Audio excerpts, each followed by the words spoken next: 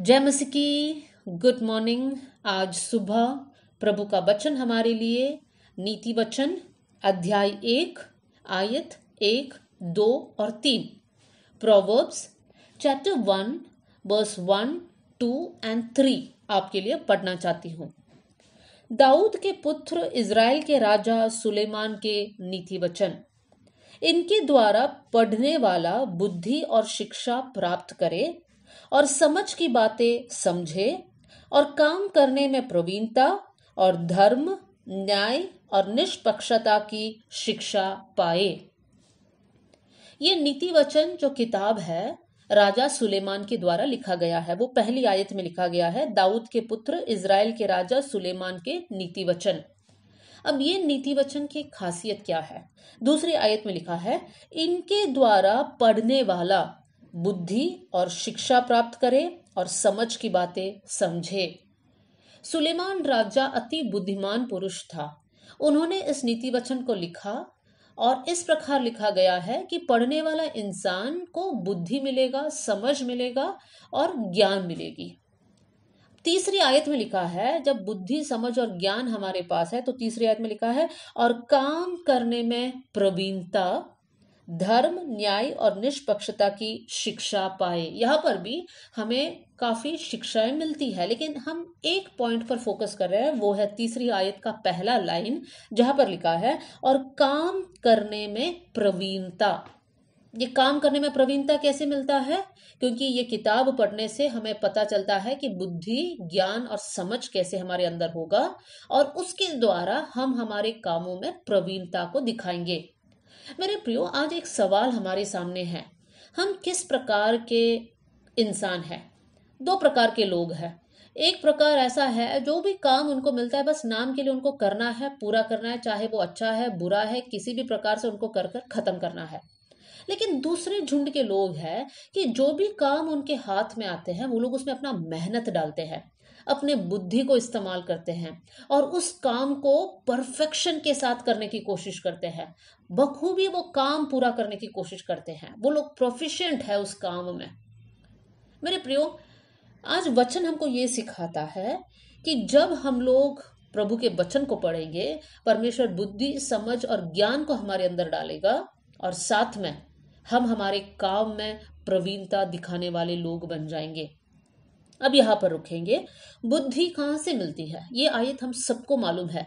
नीति वचन 1 का 7 में लिखा है, प्रोवर्ब्स 1 वर्स 7 में, यहोवा का भय मानना बुद्धि का मूल है। दूसरा एक अनुवाद में लिखा है, यहोवा का भय मानना बुद्धि का प्रारंभ है। मतलब बुद्धि की शुरुआत कहाँ से होती है? जब हम लोग ये किताब को पढ़ते हैं, बाइबल को पढ़ते हैं, हमें पता चलता है कि हमको प्रभु का भय मानना है। ये ज्ञान हमारे अंदर उत्पन्न होता है और प्रभु का भय मानने से परमेश्वर हमारे अंदर बुद्धि देगा। और जब हमारे अंदर बुद्धि, ज्ञान और समझ है, तब हमारे कामों में हम प्रवीणता को प्रकट करेंगे। आज बाइबल में से एक प्रभु के दास के बारे में मैं बताना चाहती हूँ, जिनके जीवन के बारे में लिखा गया है कि वो अपने सारे कामों में प्रवीणता दिखाता था। मतलब वो स्किलफुली अपना काम करते थे। किन के बारे में हम बोल रहे हैं? दानियल का किताब पहला अध्याय और 17वीं आयत। Daniel chapter 1 verse 17। यहाँ पर लिखा है, परमेश्वर ने उन चारों जवानों को सब शास्त्रों और सब प्रकार की विद्याओं में बुद्धिमानी और प्रवीणता दी, और दानियल सब प्रकार के दर्शन और स्वप्न के अर्थ का ज्ञानी हो गया। यहाँ पर एक पुरुष है दानियल और उसके 3 दोस्त हैं, कुल मिलाकर 4 लोग हैं। उनके बारे में बताया गया है कि परमेश्वर ने उनको बुद्धि दी और उनके अंदर प्रवीणता थी। क्या है इसके पीछे का रहस्य? प्रभु ने इनके अंदर इतना बुद्धि और प्रवीणता क्यों दिया? हम वो पहली अध्याय से लेकर सब पढ़ते हैं। हमको पता है दानियल और दानियल के दोस्तों को गुलाम बनाकर बेबीलोन के देश में लेकर गए थे। वहां पर उनके सामने बहुत कुछ रखा गया था, भोजन के वस्तु। लेकिन पहला अध्याय 8वीं आयत में हम पढ़ते हैं, परंतु दानियल ने अपने मन में ठान लिया, डिसाइड कर लिया कि वो राजा का भोजन खाकर और उसके पीने का दाख मधु पीकर अपवित्र नहीं होगा।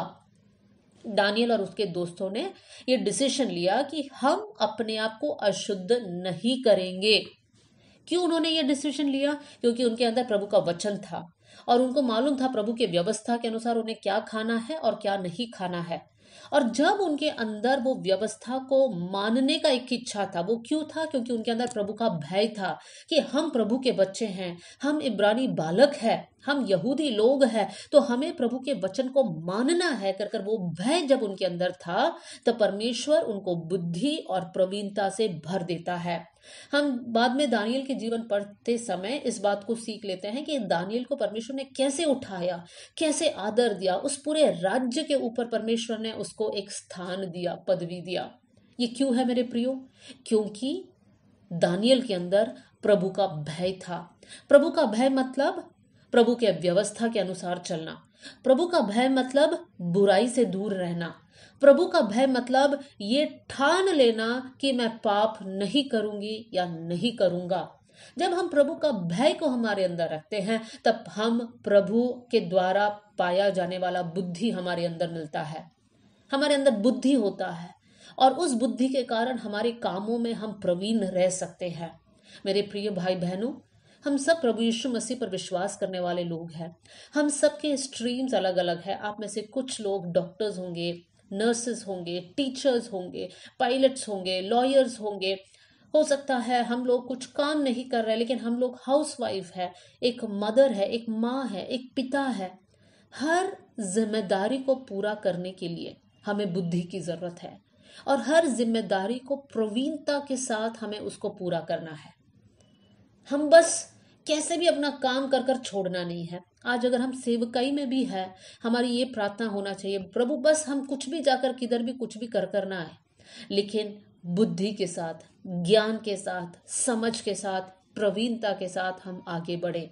मेरे प्रियो, प्रभु का वचन पढ़ने से बुद्धि, ज्ञान, समझ मिलता है। हमारे कामों में प्रवीणता होगी। आज हम लोग प्रभु से ये प्रार्थना करें, प्रभु ये गुण मेरे जीवन में होने पाए। आइए हम लोग प्रार्थना करें। स्वर्गीय पिता, आज का वचन के लिए मैं धन्यवाद करती हूँ प्रभु जी। आपका वचन हमें ज्ञान, समझ और बुद्धि देता है, इसलिए मैं प्रभु आपको धन्यवाद देती हूँ। आज से लेकर इस वचन को और ध्यान पूर्वक पढ़ने का एक अनुग्रह हम पर देना प्रभु।